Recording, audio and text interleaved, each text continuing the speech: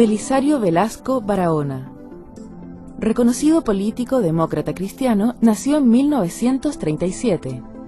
Como militante, llegó a ocupar el cargo de secretario general durante la presidencia de Bernardo Leyton, viviendo todo el proceso de transformaciones internas de la democracia cristiana. Gerente general de la ECA, tuvo la oportunidad de conocer a Fidel Castro, con el que entablaron una larga amistad. Tras el quiebre democrático de 1973, el Vela, como le dicen sus amigos, colaboró con la salida del país de militantes de izquierda perseguidos. En 1974 sufrió la represión en los regimientos Buin y Tacna y en manos de la DINA, siendo relegado en 2 oportunidades. Designado subsecretario del Interior del primer gobierno democrático en 1990, le correspondió hacerse cargo de todos los detalles concernientes al traspaso de mando. Ocupó esta cartera durante los gobiernos de Patricio Aylwin y Eduardo Frei Ruiz-Tagle. Tras regresar de su labor como embajador en Portugal, el reconocido manejo político y el peso dentro de su partido fueron las claves determinantes al momento de su nombramiento en la mesa directiva de su partido de siempre, la Democracia Cristiana.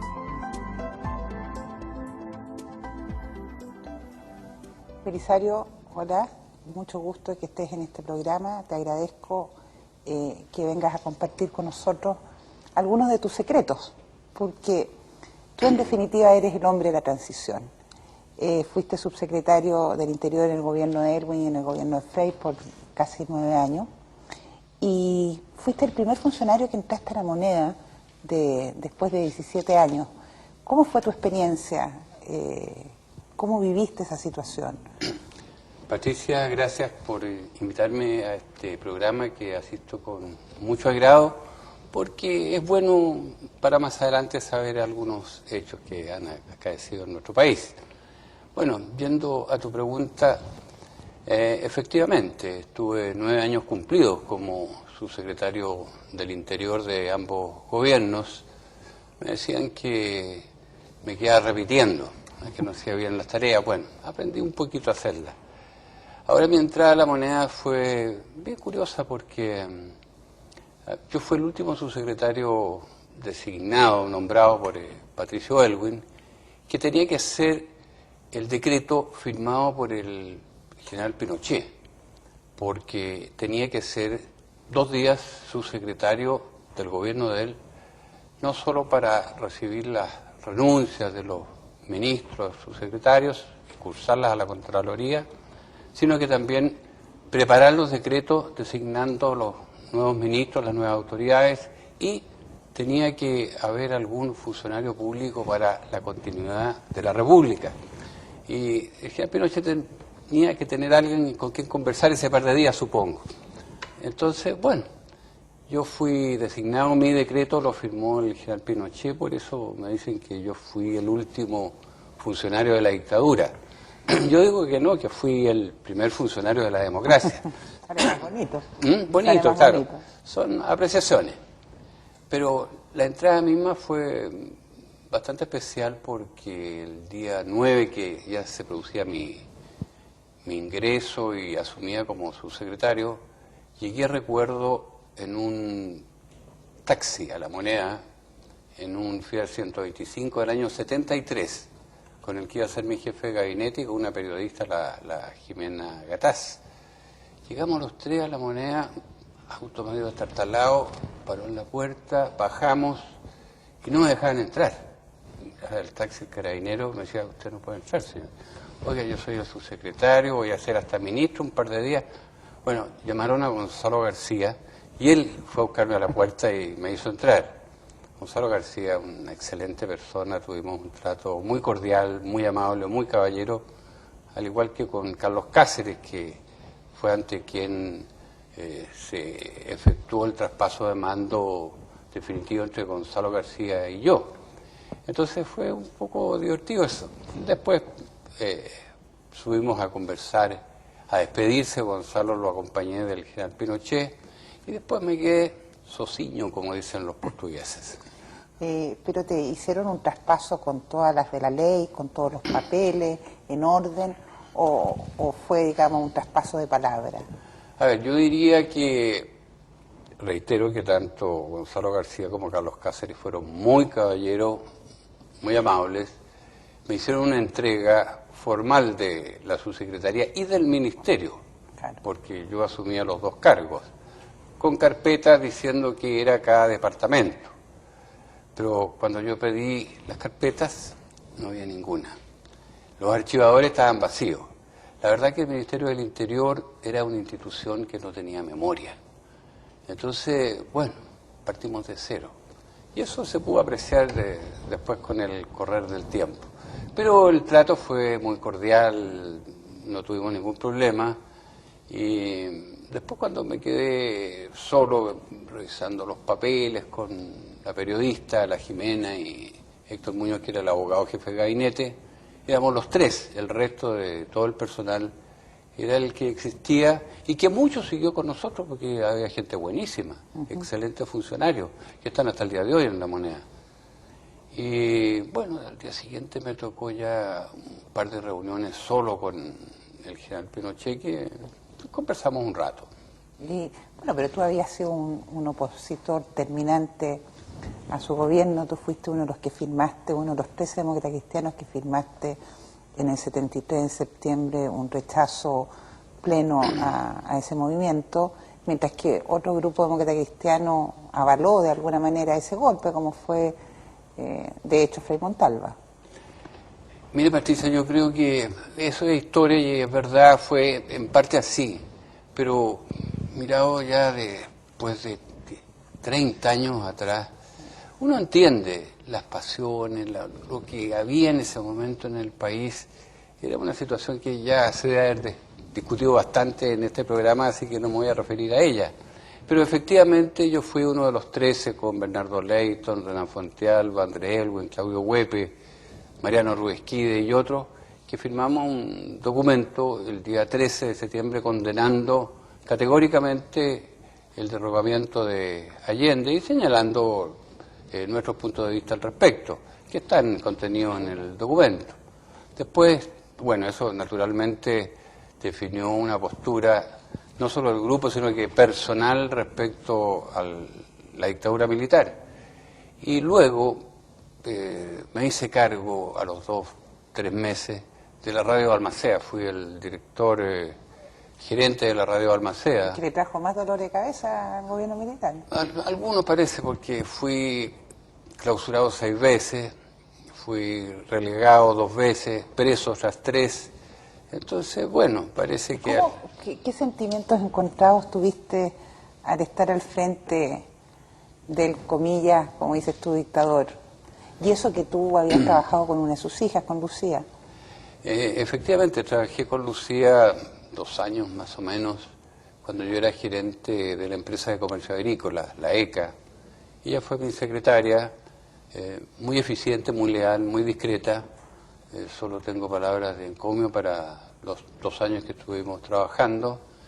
Y veo una amistad que hemos mantenido a través de los años, hasta hoy día, aunque hace incluso bajo el gobierno militar podías tener acceso a traspasar información, a buscar que se morigeraran las cosas. Bueno, eso de traspasar información o ser conducto, no, está un poco... Bueno, pero sí, efectivamente hemos mantenido siempre una amistad, aunque ahora hace 5 años que no la veo. Pero sí me sigo sintiendo amigo de ella. Fue una persona que incluso me ayudó a mí, Me ayudó porque en más de una oportunidad que estaba mi decreto para ser expulsado del país u otras cosas más difíciles, fue a mi casa, habló conmigo y me dijo: mira, Belisario, sucede esto. Yo había hablado con mi papi, como decía, y te pido que morigeres tu actuación. Recuerdo una muy especial después del año 1980, después de la Constitución del 80, que hice varias declaraciones igual que muchas otras personas, y llegó a decirme: oye, por favor, no hagas más declaraciones, porque si no te van a expulsar del país. Yo le dije: mira, bueno, no hago más si no quiero ser expulsado del país. Ya había estado 2 veces relegado, 3 veces preso, Maipo, Buí, en Regimiento Rancagua y comunicado. Entonces, bueno, tenía 4 hijos pequeños que crecían y, bueno, había que estar cerca de ellos. le dije, bueno, salvo una entrevista que viene en la revista APSI la próxima semana. Bueno, ¿qué dice? Bueno, que la Constitución del 80, como no tiene cuerpo electoral, como no ha sido informada, no, en fin, es una Constitución que nace de un plebiscito que es ilegítimo, está viciado eso, desde el punto de vista de lo que uno entiende por democracia. Entonces me dijo, no, tienes que parar eso. No pude pararlo, afortunadamente no me pasó nada. No, siempre hemos mantenido una buena relación con la... Pero nada de eso hablaste con el general Pinochet ese día de la entrega. Se tocó el tema después de la entrega, porque primero fue la despedida con Gonzalo García, después al día siguiente fui con Carlos Cáceres, y ya Carlos Cáceres se retiró, se despidió también, y quedamos solos con el general Pinochet. Y me dijo, sí, yo sé que usted es amigo de mi hija Lucía, y bueno, y ahí después cambiamos de tema, pero él sabía perfectamente quién era. Usted estuvo en Putre también, me dijo, estuvo de vacaciones. Bueno, si usted las llama vacaciones, no era el momento de discutir, pero fue una conversación agradable, razonable y muy civilizada. Me surge la pregunta de por qué don Patricio Aylwin te nombra a ti subsecretario del Interior cuando se supone que tú eras como del ala izquierda, llamémosla así, de la democracia cristiana. Y te pone a trabajar con Enrique Kraus, que también es considerado guatón, no solo digamos porque es guatoncito, sino digamos por la tendencia, y te pone a ti que más bien había sido un duro dentro de la ADC. ¿Cómo se da tu relación con Aylwin y por qué llegas a ese cargo? Yo creo que llegué más o menos por los... Primero sí es cierto, yo era no del sector izquierda, chascón éramos, chascones y guatones para hablar en los términos que se usaban. Te empecé a mirar el pelo. Yo ya poco queda de chascón, pero éramos los chascones, fui coordinador de los chascones más de 9 años durante el periodo de la dictadura. Pero después para el plebiscito del no, yo quedé a cargo de las regiones, fui el encargado de regiones, y ahí me relacioné bastante, bueno, de antes, de toda la vida con Patricio Aylwin, sí. Habíamos tenido del mismo partido, yo había sido secretario general del partido 2 años y medio, miembro de la comisión política, del consejo, así que lo conocía mucho, y después bastante más por la campaña, no después la campaña de él, donde me pidió que me siguiera a cargo de las regiones, y nos fue bastante bien, tanto en la campaña no como en la de Aylwin. Y posteriormente, cuando iba a nombrar su gabinete, me llama un día en el mes de febrero, el último que tenía que nombrar de los subsecretarios, y me dice que quiere hablar conmigo. Voy, y antes que empiece, yo quería ser director ejecutivo de Canal 7, Televisión Nacional. Me encantan los medios de comunicación, yo creo que es un mundo... Hay política, hay arte, hay cosa internacional, deporte, me gusta, se vive. Y quería ser director, hasta hace poco quería ser también, pero no me ha resultado nunca. Bueno, y le digo, me dice que quiere que colabore con él. Encantado, presidente, me adelanto, y ¿podría ser Canal 7? No, me dice, está nombrado Jorge Navarrete hace mucho tiempo, así que no, ya... Llegó tarde. Yo te quiero en otra cosa. Y me dice, te quiero como subsecretario del Interior. Entonces le dije, oiga, va a ser Franco, presidente, una tarea que no la conozco. No, me dice, no se necesitan tantas cosas, se necesita buen criterio, y yo creo que tú lo tienes. Se necesita una formación política sólida, y yo sé que tú la tienes. Y se necesita tener mi confianza, que la tienes toda. Los demás abogados técnicos están en el staff. Entonces, bueno, no podía... En ese momento estábamos todos por trabajar, aunque fuera gratis, en lo que fuera menester. Hacía 17 años que estábamos luchando por eso. Entonces, realmente acepté con mucho gusto y llegué a sentarme en algo que vi el pizarrón en blanco. Pero casi al comenzar tu trabajo en La Moneda, como subsecretario, tuviste quizás el primer remesón cuando en marzo del 90 atentaron contra la vida del general Lee. ¿Te acuerdas? Sí. ¿cómo fue la reacción del gobierno tuya frente a un acto que yo creo que no sé si se esperaban? Mira, la verdad que se esperaban muchas cosas, mucha violencia. El año 90 hubo 186 asaltos a bancos, era día por medio, y había días que había 2, 3 asaltos. Hubo muchos policías, carabineros asesinados, también miembros de investigaciones, muchos asaltos. Eran los tiempos en que venía de más atrás, por eso yo digo, lástima que no tenía historia, porque no tenía cómo comparar qué antecedentes. Estaba el Frente Patriótico Manuel Rodríguez y estaba el Lautaro. La gente generalmente se olvida. Claro que el olvido, yo siempre pienso como Benedetti, el olvido está lleno de memoria, entonces, y las cosas vuelven a surgir y vuelven a salir. Y eso, naturalmente, que no esperábamos que fuera el general Lee, y fue un golpe fuerte, como lo fue el año 91, el asesinato a Jaime Guzmán, persona que unos éramos más o menos amigos de él, pero que todos considerábamos, y creo que fue, además, un error, un horror el que haya sucedido, y lo condenamos todos. Pero con Enrique Krauss nos juntábamos horas, viendo qué hacer. ¿Y qué es lo que sucedía? Que las leyes de amarre en seguridad fueron muy negativas. ¿Por qué? Porque fija en el Ministerio del Interior toda la responsabilidad de la orden y la seguridad del país, de las personas, de las políticas que se llevan a efecto. La seguridad es una palabra bastante amplia. Entonces, responsable el ministro y el subsecretario del Interior. Y la fuerza estaba en otra parte. Y los brazos para poder actuar estaban en el Ministerio de Defensa, porque tanto Carabineros como Investigaciones, que tenían planas mayores designadas absolutamente por el general Pinochet, dependían del Ministerio de Defensa. Los otros organismos que de alguna manera estaban relacionados también dependían de otros ministerios, de Gendarmería, de Justicia, y el Ministerio del Interior no tenía nada, absolutamente nada. Yo no podía dar una orden para pedir antecedentes porque no existían, pero responsables públicamente y ante el país éramos nosotros. Entonces, la verdad que no fue fácil montar en menos de 3 años todo lo que se hizo y que el Frente Patriótico se disolviera, y el Lautaro también, y detener a la mayoría de los cabecillas irresponsables.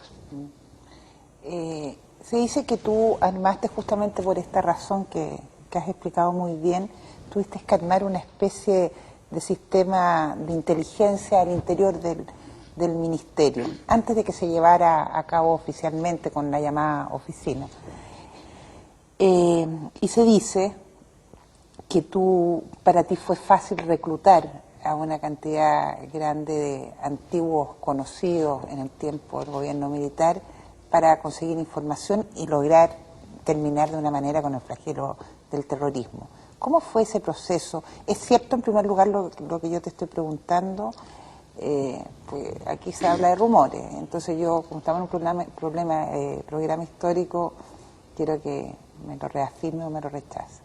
No, la verdad que yo tuve relación durante el periodo de dictadura con mucha gente de izquierda, comunista, con el MIR, con socialistas, en fin, con gente que era perseguida por los servicios secretos del gobierno militar.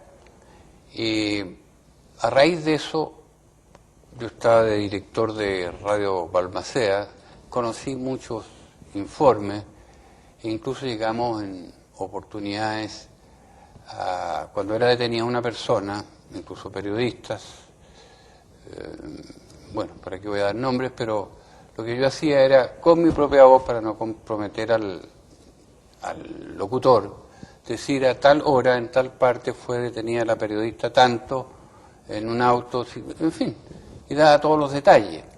Entonces, eso me abrió mucho hacia sectores de izquierda, y de ahí formamos un movimiento que se llamó Límite, que se llamó Límite porque se trataba de aquella gente que estaba en el límite, sacarla del país o meterla a una embajada, porque el límite era que si era detenida podía ser o presunta desaparecida en aquel entonces, hoy desaparecido, o muerto, de frentón. Entonces formamos un equipo chico que terminamos asilando o sacando al país entre el año 74 y el 80 que trabajé en eso, más o menos a unas 50 y tantas personas. Y me relacioné mucho, también sacamos gente del MIR, tenía buenos contactos. El Frente y el Lautaro nacieron después, pero conocía a mucha gente. Entonces era una tarea persuasiva la que realizaba a través del Ministerio del Interior. Yo no recluté personalmente gente de ese sector, sino que lo que tratamos fue de formar equipos de trabajo con gente regular. Sí tuve informantes. Informantes tuve muchos, no uno. ¿Pagados, la subsecretaría? Mira, una vez el diputado Alamán me acusó en la Cámara de que el señor Lenín Guardia era informante mío. Sí. Entonces me acusó en la Cámara de eso. Yo llego el día siguiente a La Moneda y había 30, 40 periodistas, como era habitual en ese tiempo, había más que ahora. Entonces me preguntan, bueno, pasaron a la mesa, ¿efectivo que el señor Lenín Guardia es informante suyo? Yo dije, sí. Bueno, ¿pero cómo? Pero por supuesto yo soy subsecretario del Interior, no de un movimiento familiar cristiano. Mi obligación es estar debidamente informado y tomar las medidas para evitar que suceda otro hecho lamentable como el de Jean Lee o el de Jaime Guzmán o el secuestro de Edwards. Entonces esa era mi obligación, para cuyo efecto yo tenía la obligación de estar informado. Entonces tenía muchos informantes. Yo había sido secretario nacional de la Democracia Cristiana, 2 años y tanto. Conocía el país entero, tenía informantes que no necesitaban un centavo, sino que sabían algo y llamaban o me hacían llegar la información. Entonces, a Lenín Guardia, yo lo recibí, le dije a los periodistas, claro, el señor Guardia viene a La Moneda desde hace más de un año, una vez a la semana, a veces 2 veces al mes, pero aquí a las 12 del día a mi oficina. ¿Cuál es el delito? Yo no le pago. Él colaboraba conmigo más que en datos, en análisis, porque era un buen analista de cuestiones relacionadas con seguridad. Fue muy útil. Y bueno, los éxitos que tuvimos en evitar algunos asesinatos, en evitar secuestros, en evitar asaltos a bancos, a empresas, a camiones blindados, repartidores de pollos, de cigarrillos, que era de ordinaria ocurrencia entre el año 90 y 93. Y también era de ordinaria ocurrencia entre el 85 y el 90. Lo que sucede es que en los diarios no salía. La libertad de prensa importa mucho. A nosotros la libertad de prensa nos hizo salir canas verdes, porque todo aparecía, pero lo superamos. Hoy día asalto a banco es muy raro que ocurra. Cuando mataron a Jaime Guzmán, él se había opuesto justamente a la ley de indulto y hubo una mirada, mirándolo desde ahora, como que Belisario Velasco, con todo este aparataje que tú bien explicas aquí, que era necesario, lograste en definitiva encontrar los culpables. Pero hubo movimientos culpando a otras personas que venían también de parte del gobierno. ¿Cómo se entiende ese doblez, llamémoslo así? Lo que sucede es lo siguiente. Dije que no teníamos absolutamente nada, ningún brazo para actuar cuando había un delito. Tampoco había una inteligencia para prevenir los delitos. Los brazos para actuar después, la inteligencia para prevenirlo, que es lo importante en todo orden de cosas. No había una ley sobre narcotráfico, la última ley que era del año 85, donde el tráfico ilícito de psicotrópicos, de estupefacientes, de productos precursores como el ácido sulfúrico, etcétera, no estaban prohibidos. Y era un elemento que daba dinero para otras actuaciones. Entonces, teníamos que actuar. Primero, el primer día no sabíamos, es verdad, pero ya el par de meses sí que sabíamos bastante y propusimos al Congreso una ley para crear una institución dependiente del Ministerio del Interior, donde tuviéramos un equipo de inteligencia, pensando lo que sucedía, y además que tuviera algunas facultades para actuar. Demoró más de 2 años el que se nos diera esa herramienta y se creó la Dirección de Seguridad e Información, DISP. Un organismo que empezó a reunir los antecedentes, analizarlo, computarizarlo y ver cómo se comportaba en los hechos, qué sucedía después de tal cosa. En fin, nos sirvió muchísimo. ¿No tenías ninguna posibilidad de usar la información de los servicios de inteligencia de las Fuerzas Armadas? No me estoy refiriendo a la DINA, sino a los servicios de inteligencia del Ejército, de la Marina. No, institucionales. Claro, la DINA ya había sido disuelta, claro, y el organismo, la CNI. Y la CNI también, sí, afortunadamente, había sido disuelta 6 meses antes que asumiéramos. Por eso digo, el Ministerio del Interior antes tuvo la DINA y tuvo la CNI, el Ministerio del Interior.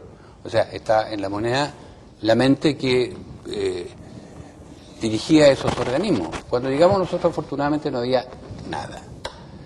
Entonces, claro, existía la inteligencia en Carabineros, en investigaciones y en las Fuerzas Armadas, que es una excelente inteligencia, pero no nos dan ni la hora.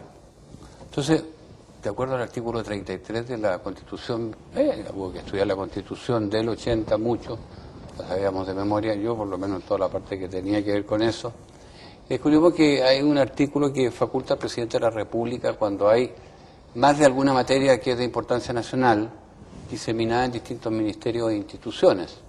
Entonces se dictó un decreto diciendo que todas las que tuvieran que ver con seguridad iban a depender del Ministerio del Interior. Sorpresa para muchos.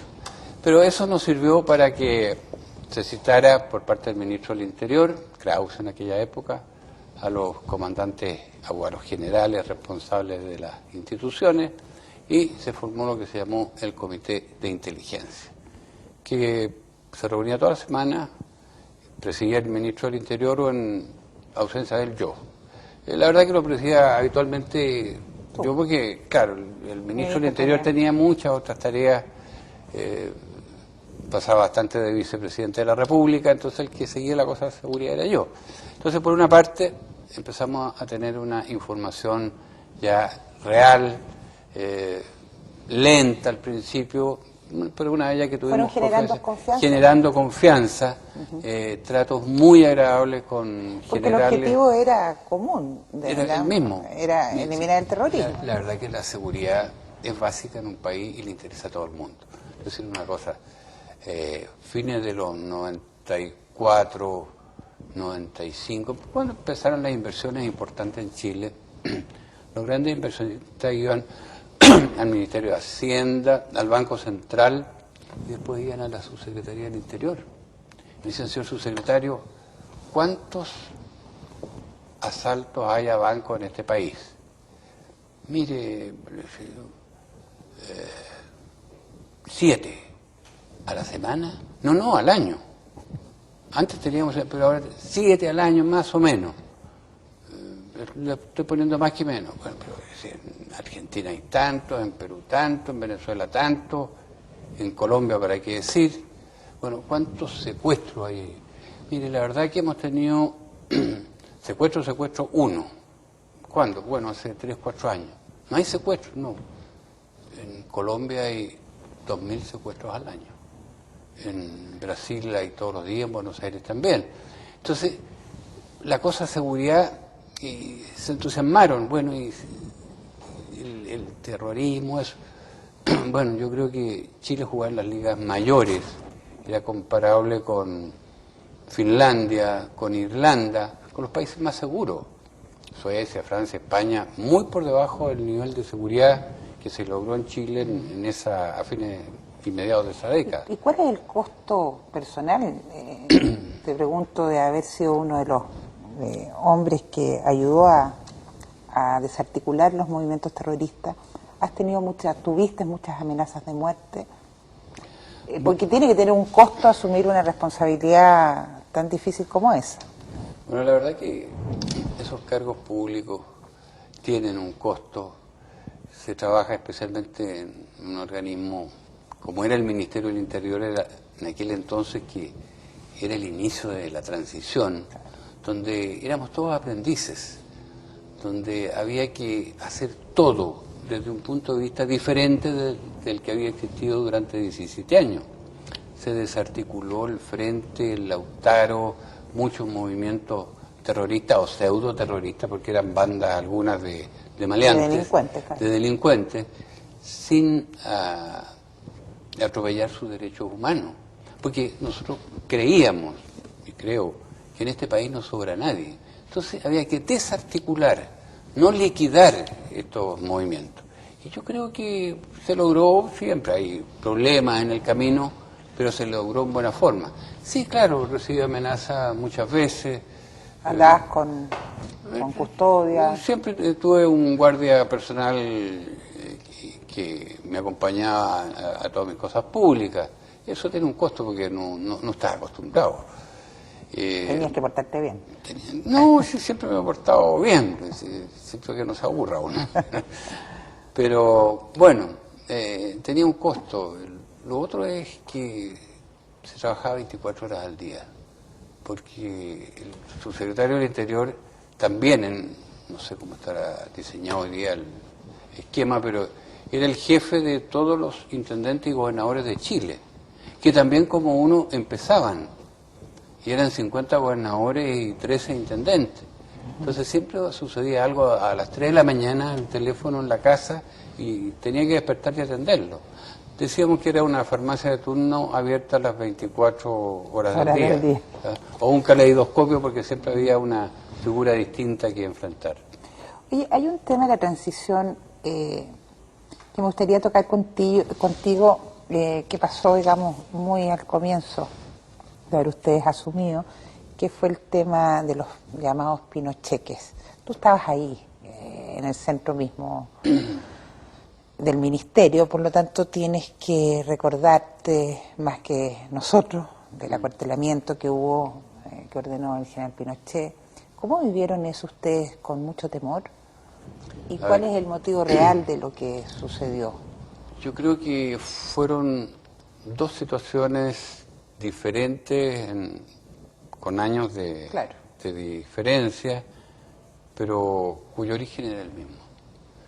El primero debe haber sido a fines de los años 90, tal vez mes de noviembre, más o menos, septiembre del año 90. Exacto. Que fue a causa de una comisión investigadora, si mal no recuerdo, de la Cámara de Diputados, que presidía precisamente Scholson, que estaba investigando los pinocheques que dices tú, que el hijo del general Pinochet, Augusto Pinochet Iriart, capitán que era del ejército, había recibido un pago de unas operaciones, un cheque del comando del ejército, el CIMEI. ¿Cómo supieron ustedes eso? ¿Lo sabían de antes? ¿Lo supieron ahí?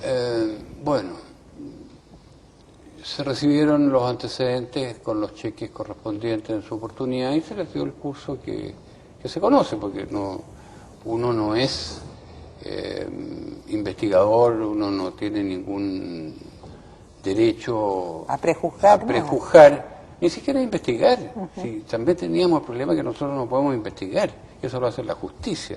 Entonces esas órdenes las dictan los jueces. Y el otro que tiene potestad para investigar, bueno, fuera de la Contraloría General de la República, algunos casos preferentemente administrativos, es la Cámara de Diputados. Entonces estaba esa investigación y vinieron los ejercicios de enlace que se llamaron. Recuerdo que había algo en Carabineros, se graduaban los oficiales, sí. Y el presidente, el ministro del Interior y el ministro de Defensa estaban en esa ceremonia cuando sucede todo esto, y yo estaba en La Moneda. Y era el único persona con autoridad. Con autoridad dentro, entonces me quedé en La Moneda. Hubo muchas personas que se fueron, porque se pagaron luces, hubo un revuelo en todo el país. Estábamos a pocos meses de haber asumido. Algunos hicieron maletas. Sí, algunos abrieron cajones y rompieron papeles. Pero me quedé con un grupo de personas que me acompañó, entre ellos el actual diputado Jorge Burgo, Héctor Muñoz, mi jefe de gabinete, y otros funcionarios de confianza, que nos quedamos ahí pese a todo lo que se decía y algunas personas nos aconsejaban que nos fuéramos. Nos quedamos, me tocó hacer frente a la prensa para darles información y llevar la tranquilidad al país, porque yo la verdad que los antecedentes que pude recoger en esa hora no me hacían presumir nada de lo que en los rumores se corría. Entonces me quedé ahí. Afortunadamente la cosa era más o menos como uno había recibido la información, pero uno tenía informantes, como dicen, por obligación y de acuerdo al cargo que desempeñaba en todos los sectores. Fuerzas Armadas, la Iglesia, Poder Judicial, en todos lados, la comunidad toda, de todos los sectores. Si a la gente lo que le interesa es tranquilidad, seguridad, y en ese momento yo creo que, dadas las condiciones internacionales, otro golpe militar era imposible. Yo lo descartaba. Pero yo creo que ni siquiera el general Pinochet estuvo en su idea una cosa. Bueno, yo creo que todo eso le hizo un poco de daño al país, pero se superó. Se superó afortunadamente, y después vino lo segundo. El boinazo. El boinazo. Yo en ese momento estaba de ministro. Estaba de ministro del Interior porque el presidente Elwin estaba, creo que viajando, en Suecia, en ese momento estaba en Europa. Y vino el boinazo, que no fue cosa tan terrible tampoco, porque se pintaran la cara de negro o de rojo como quisieran. Es decir, eran señales, signos de molestia. ¿Y cuál era el motivo? El motivo nuevamente eran los cheques que había entregado el CIMEI del Ejército, del Comando de Inteligencia, de Información e Ingeniería. Pero tengo entendido también que la razón de fondo puede haber estado esto de los cheques, pero también eran los juicios a los militares que no paraban, digamos, y que no había ningún intento de cooperar a generar una ley de amnistía o una ley de indulto que permitiera morigerar las cosas. Sí, yo creo que... por lo menos esa es la posición... Sí, eso está dentro de lo que sucedía en ese momento, cuando se hablaba del olvido, de la amnistía, como te decía, el olvido tiene muchos recuerdos. Está lleno de memorias, claro. Y bueno, se hizo después lo que se ha hecho, y las mesas de diálogo. Yo creo que todo va para bien, un poco lento, quizás esto ojalá termine muy pronto con justicia, porque... en perspectiva, obviamente, la transición... Pero en ese momento, para ir a tu pregunta concreta, yo creo que lo que llevó al boinazo fue de nuevo los pinocheques, porque un juez, me parece que era Alejandro Solís, que llevaba el caso, y el Consejo de Defensa del Estado se había querellado. Yo creo que eso fue lo que gatilló el boinazo. Lo otro era parte de lo que se estaba discutiendo en ese momento, pero los antecedentes que yo tenía y que manejaba en ese momento indicaban que fue la querella del Consejo de Defensa del Estado por el caso Pinochet. ¿Pero por qué, perdón que te interrumpa, y no acostumbro a hacerlo, pero por qué ustedes seguían manteniendo a Patricio Rojas en el Ministerio de Defensa, sabiendo que la relación con el Ejército, con el general Pinochet, era tremendamente mala, y que por ahí podrían haber ido, con el cambio, podrían haber ido generando una mejor manera de enfrentar los problemas? Claro, yo creo que, es decir, no es que hubiera un gallito entre el presidente Elwin y el general Pinochet. también podría decirse por qué el general Pinochet no renunció en esa oportunidad y entregó el mando al ejército, y se habrían solucionado muchos problemas. Hoy día, el por qué, claro, hay que, desde el punto de vista histórico, hay que conocerlo. Yo pienso que el ministerio de Patricio Rojas corresponde eficientemente a lo que fueron esos 4 años de gobierno. Yo creo que mirar la cosa retrospectivamente, cada uno estuvo bien en lo que hizo. Quizá si se hubiera entregado todo en ese momento, no sé cómo lo habríamos administrado, no lo sé, espero que bien. Por lo menos queríamos hacerlo bien, pero no estoy seguro que lo hubiéramos logrado en un 90% o en un 100%. Pero la renuncia de Patricio Rojas no habría solucionado nada en este aspecto. El aspecto era otro. El general Pinochet defendió a su familia, defendió a su hijo, y en eso arrastró aparte de alguna oficialidad del ejército. Y eso yo creo que fue deplorable, porque llevó a excesos como el ejercicio enlace y como los boinazos. Pero después, bajo el gobierno Frey, el Consejo de Defensa del Estado recibió una instrucción de parte del presidente Frey para dejar eso en nada. ¿Cómo explicas tú esa situación? Yo explico, cada día tiene su afán, como decía habitualmente Patricio Aylwin. Las cosas se fueron dando, se fueron solucionando. ¿Estás de acuerdo con eso? Yo estoy de acuerdo y asumo la responsabilidad que tengo en cada una de las medidas que se tomó. Yo era un modesto subsecretario, pero habitualmente subrogaba al ministro del Interior, incluso al ministro de Defensa. Yo, había un bien superior que... Claro, tuve 3, 4 ministerios, pero el bien superior es el país, es la tranquilidad y la seguridad. El gobierno de Patricio Aylwin era la transición.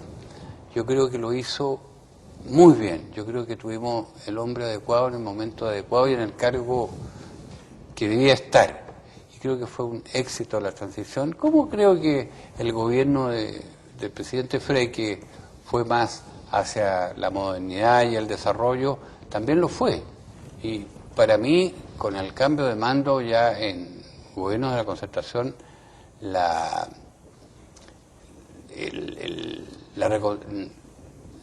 restitución a la democracia, todo eso está... Sí, para ti la transición está... La transición está hecha para mí, que hay que modificar algunas leyes, sistemas de elecciones.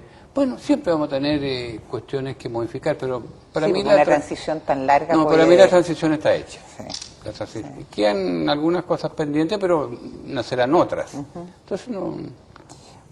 Quiero cambiar un poquito de tema e irnos a Cuba, porque he leído que tú fuiste, o eres, muy amigo de Fidel, que lo conociste por allá por el 65, 67, y cómo surgió el tema de mejorar las relaciones, de reanudar relaciones, por lo menos a un nivel consular, creo, bajo el gobierno de Aylwin, y cuál fue tu papel en esa situación. Aquí has dicho 2 cosas distintas. Una es verdad, yo fui el año 66-67 a Cuba, enviado por el presidente Frei Montalva y por el canciller Gabriel Valdés.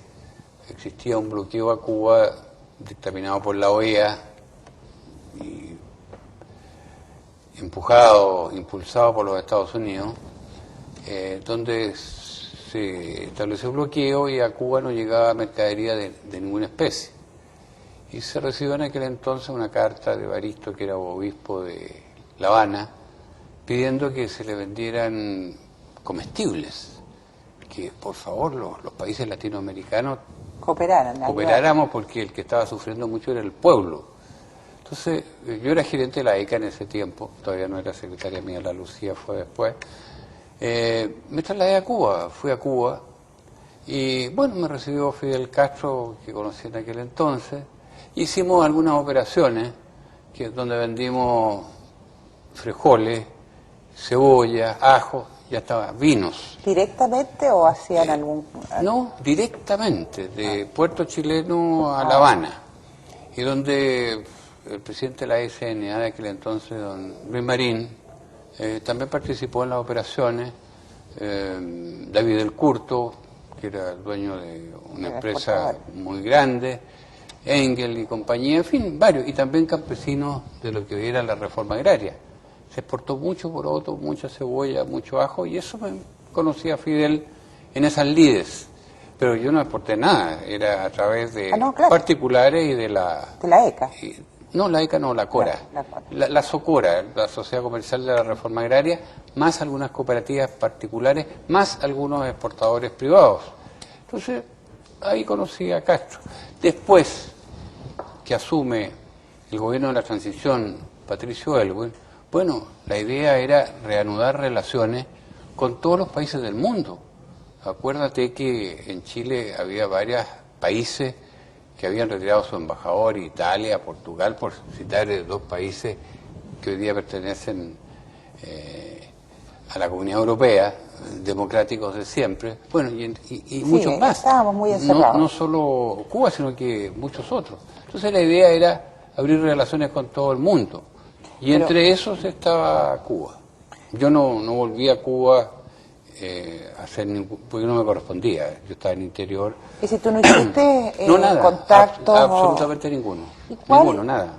¿Y cuál es tu relación con Fidel, de amistad? ¿Cómo es él? La verdad que desde el año 67 a la fecha yo he ido por lo menos unas 25 veces a Cuba. He estado de las 25 por lo menos 18 veces con Fidel, horas, porque las reuniones con él no son de 10 minutos, son de varias horas, y son muy cordiales, pero no tienen que ver con negocios, sino que discutimos política contingente que afecta a Cuba, que afecta al mundo. ¿Le reconoce algo positivo al general Pinochet? ¿Yo? ¿Fidel? No, Fidel. No, yo creo que tú sí.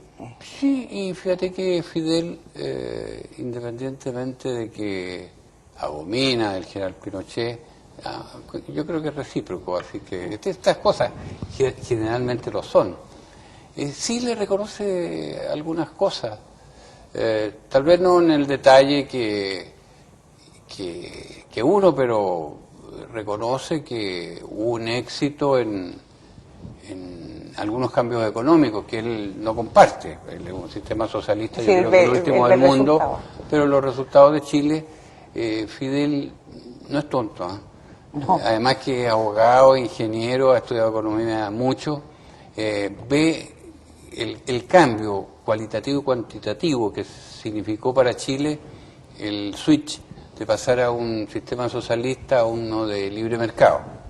Bueno, naturalmente que ponen el acento fundamental en que, bueno, Chile quedó con un 40% del país en pobreza, con casi un 14% de indigentes, en fin, y con una cesantía bastante alta. Entonces, bueno, pone el énfasis en las cosas negativas, pero la personal reconoce que hubo muchas disposiciones. También una vez se refirió a la ley de reforestación, que permite que este país pueda mirar tranquilo la exportación de madera, de celulosa, porque el que corta un pino tiene que poner 4. Exacto. Entonces, yo creo que esas cosas las reconocen, pero naturalmente que piensa que más que el éxito económico, el gobierno de Pinochet va a pasar a la historia por la violación de los derechos humanos. Eso es lo que él piensa. ¿Y por qué, cómo logró Frei convencerte que siguieras en el cargo de subsecretario? Porque ya llevabas 4 años con Aylwin. Fueron bastante movidos esos 4 años. Bueno, después de la elección de Frei, pasaron 60 días, yo pensaba, honestamente, dedicarme a lo que hacía antes. Yo era empresario, que fue una de las cosas que me dijo Aylwin: mira, tú eres empresario, eres capaz de armar cosas, de crear cosas. Había creado una fábrica de cero, en fin, trabajaba en exportaciones, comercio exterior, que me sigue gustando mucho. Y me dijo que era una de las razones que también había pensado en mí, fuera de la amistad que teníamos. Y yo pensaba irme al sector privado, montar mi empresa, y dedicarme a lo que me gustaba y también armarme un poco para el futuro. Pero me llamó Frei una semana antes de asumir y me dijo, mira, Belisario, sé que tienes presentada tu renuncia, redactada, y yo te necesito en el cargo que estás, porque esa experiencia es muy valiosa. No digo que las otras no lo sean, pero es que ese cargo ha sido un poco especie de gerente del gabinete, me interesa que sigas. Le dije, bueno, 1 año, 2 años, bueno, después vemos.